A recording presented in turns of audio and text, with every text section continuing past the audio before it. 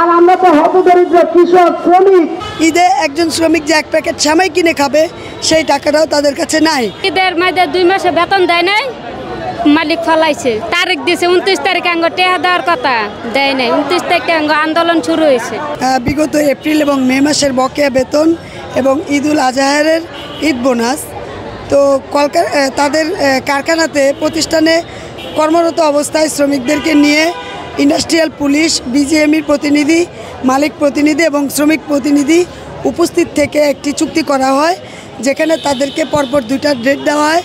একটা হচ্ছে এপ্রিল মাসের 29 তারিখ বেতন, আর একটা হচ্ছে জুন মাসের 3 তারিখে হচ্ছে বকেয়া বেতন এবং বোনাস দিয়ে ছুটি দেওয়ার কথা।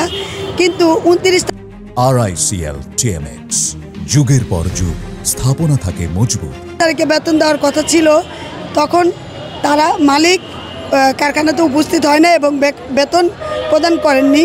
পরবর্তীতে শ্রমিকরা কারখানাতেই উপস্থিত ছিল 2 দিন, ওইখানে কর্মবিরতিতে ছিল।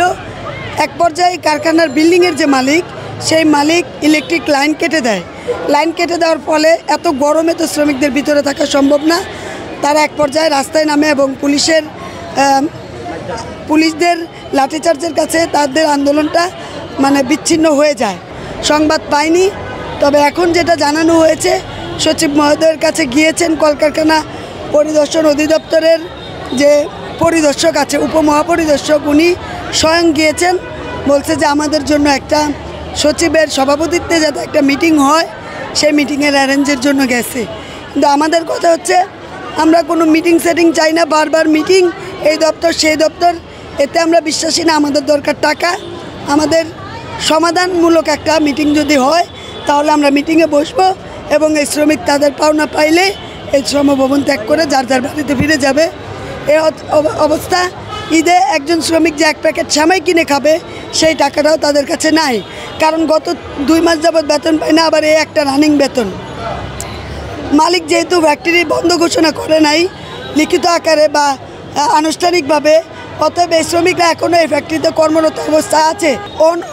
অবিলম্বে এই মালিকদেরকে গ্রেপ্তার করে এনে যে কোনো উপায়ে তার সম্পত্তি স্থাবর অস্থাবর রাষ্ট্র হস্তক্ষেপ করে এগুলোকে যদি বিক্রি করা লাগে করে শ্রমিকদের পাওনা পরিশোধ করবে।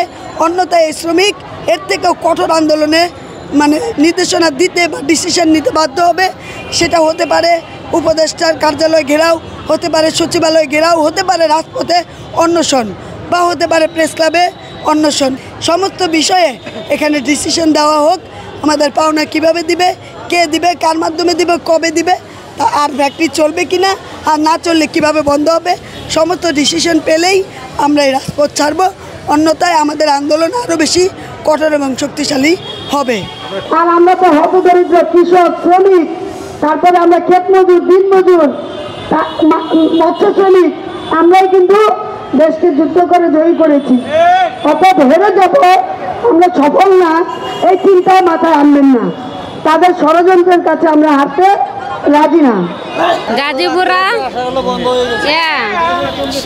খাফারা 6 বছর ধরে, লাস্ট 2 বছর ধরে এরকম গয়া করতেছে। ভাড়া আমার বেতন করে দেয়, ঈদের মাঝে 2 মাসে বেতন দেয় নাই, মালিক ফলাইছে। তারিখ দিয়েছে 29 তারিখে আঙ্গ টেহা দেওয়ার কথা, দেয় নাই। 29 তারিখে আঙ্গ আন্দোলন শুরু হয়েছে।